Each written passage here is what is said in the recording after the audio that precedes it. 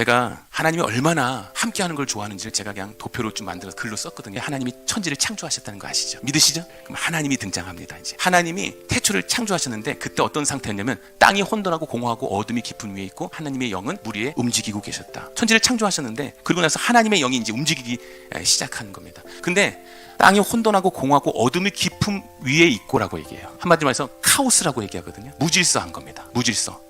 질서가 잡히지 않은 상태예요. 그 가운데 이 질서가 잡히지 않은 걸 하나님께서는 보기 좋지 않았습니다. 보기 좋지 않으셔요. 그래서 하나님은 질서 있게 만들고 싶어서 오더, 이제 창조를 시작하기 시작해요. 그래서 오더한다. 창조를 시작하죠. 그럼 이건 뭐냐? 질서 있는 이 땅을 이루어 가시기를 원하신 거예요. 이것은 하나님 보시기에 어땠을까요? 좋았습니다.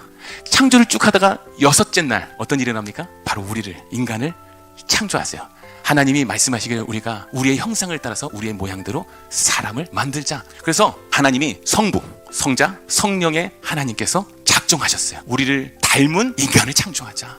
성부, 성자, 성령, 이것은 우리 기독교 조직 신학이죠. 삼위일체. 너무 어려워요. 이걸 다 완벽하게 설명하기는 그리 쉽지만은 않아요. 근데 이 핵심은 뭐냐? 하나님은 관계의 하나님이신 거예요. 성부, 성자, 성령, 이것을 정확하게 얘기하고 계시거든요. 그래서 하나님은 어느 것보다 관계를 제일 중요시해요. 물론 관계 중심적인 사람, 그렇지 않은 사람 다양하죠, 우리 모두는. 그런데도 불구하고 하나님은 관계 속에서 일하시는 하나님을 믿으셔야 돼요. 그런데 하나님께서 그분의 형상을 닮은 인간을 창조하셨어요. 근데 인간이 죄를 범합니다.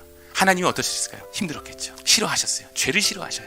내가 주인대로 가는 것이 아니라 하나님이 주인인데 우리가 죄인대로 하는 것을 결코 좋아하지 않으셔요. 그런데 아세요? 죄가 들어오기 전에 하나님이 보기 좋지 않은 것이 그 전에 하나 더 있었어요. 그것이 뭐냐면 주 하나님 말씀은 남자가 혼자 있는 것이 좋지 않아. 죄는 이 이후예요. 그죠? 그러니까 하나님이 좋지 않은 것이, 죄도 정말 싫어하시는데 하나님이 창조하시면서 아직 완성되지 않은 상태니까요. 완성을 향해서 가고 있는 가운데 있지 않습니까? 아내를 주실 거니까요. 그 가운데서 혼자 있는 것이 보기 좋지 않은 거예요. 저는 이 말씀이 저희 교회의 또 모토가 돼요. 아무튼 혼자 있는 것이 보기 좋지 않습니다. 그래서 남자 혼자는 사실 보기 좋지 않습니다.